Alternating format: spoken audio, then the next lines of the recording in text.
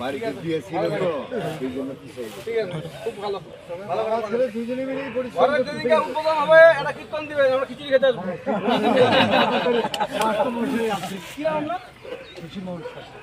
আচ্ছা আচ্ছা, ঠিক আছে, আমরা আরো খুশি হলাম যে বিজেপি বিধায়কের ভাইকে আমরা ঘর দিতে পারছি। হ্যাঁ বন্ধু, যা আচ্ছা। কোচবিহার উত্তর কেন্দ্রের বিজেপি বিধায়কের দাদা পেলেন বাংলা আবাসের ঘর। সেই বাড়িতে গেলেন তৃণমূলের জেলা সভাপতি অভিজিৎ দে ভৌমিক।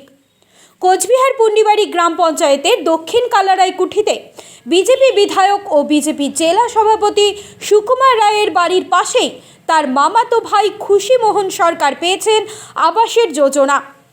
প্রাতঃভ্রমণে জনসংযোগে গিয়ে বিভিন্ন আবাস যোজনার ঘরের কাজের অগ্রগতি খতিয়ে দেখতে গিয়ে বিধায়কের টোটো চালক ভাইয়ের সঙ্গে দেখা তৃণমূল জেলা সভাপতির। তিনি ক্ষোভের সঙ্গে জানালেন যে বিধায়কের কাছ থেকে তিনি কিছুই পাননি। একই অভিযোগ সেই এলাকার বিভিন্ন লোকেদের, এবং তারা রাজ্য সরকারের বিভিন্ন প্রকল্পের সুবিধা পাওয়ার জন্য মুখ্যমন্ত্রীকে ধন্যবাদ জানালেন। এখানে আপনার বাড়ির পাশেই বিধায়কের বাড়ি, তার ভাই আপনি সম্পর্কে, তো আপনি আবাসের যোজনা পেয়েছেন, কি বলবেন? আমি খুব খুশি। আমার মা আছে বয়স্ক, হ্যাঁ, টাকা করে একটু ভাবে আমি আচ্ছা আচ্ছা, এই যে মানে আপনার বাড়ির পাশে বিধায়ক আপনার আত্মীয় হয়, তার কাছ থেকে কোনো সাহায্য পেয়েছেন? আমি পাইনি কোনো সাহায্য। কোনোদিন? সত্যি কথা যেটা, না আমি কোনো সাহায্য পাইনি। কোনোদিনও পাননি? না। আচ্ছা, কি ধরনের আপনার মানে আত্মীয় হয়? এটা আমার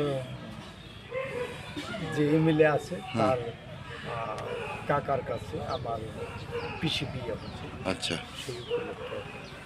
আচ্ছা আচ্ছা আচ্ছা দাদা, আপনার নামটা কি? খুশি মোহন সরকার। খুশি মোহন সরকার। আপনার বাড়ির লোকজন কি আর অন্য কোনো মানে ইয়ে পায়? আপনার মা ভাতা টাতা পায়? হ্যাঁ, মা ভাতা পায়। আচ্ছা, মুখ্যমন্ত্রীকে কি বলবেন? না, ওনাকে খুব ধন্যবাদ জানাই আমাকে ঘরটা দেওয়ার জন্য। ধন্যবাদ। কি করেন দাদা? এই সাধারণত টোটো চালায়।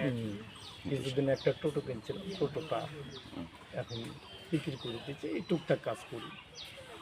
সংযোগে বিভিন্ন আবাসের যোজনা ঘরের আপনি কাজ খতিয়ে দেখেন, কি বলবেন? আমরা তো বিধায়কের বাড়ি দেখে আসিনি, আমরা সারা জেলাতে পরে কথা বলছি। কোনো না কোনো অঞ্চলে প্রত্যেক দিনই ঘুরছি। তাতে মানুষের সাথে কথা হচ্ছে, তাদের সমস্যা জানতে পারছি, শুনতে পাচ্ছি। আজকে কুচবিহার উত্তর বিধানসভা কেন্দ্রের পুন্ডিবাড়ি অঞ্চলে এসেছি। হাঁটবার কথা ছিল যেখানে, সেখানে ঠিক হলো না, আমরা এখানে এলাম। কিন্তু কিছু মানুষের আবাসের ঘর হচ্ছে দেখে তাদের বাড়িতে ঢুকলাম।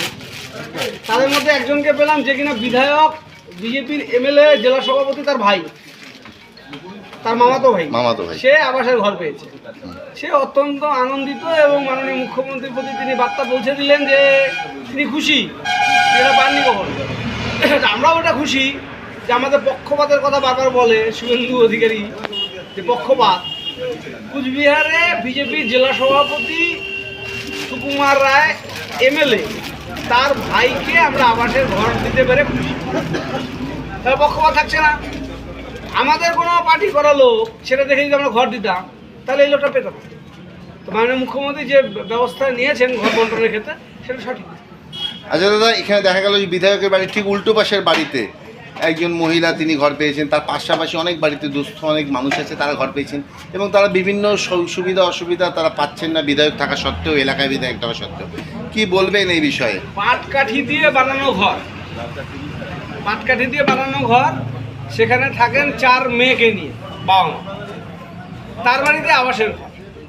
এটা দেখে আমাদের আনন্দ অনুভব হচ্ছে যে এটা একটা হিস্টোরিক্যাল পদক্ষেপ মাননীয় মুখ্যমন্ত্রী নিলেন, যেখানে 1 টাকা সেন্ট্রাল গভর্নমেন্টের কন্ট্রিবিউশন নেই।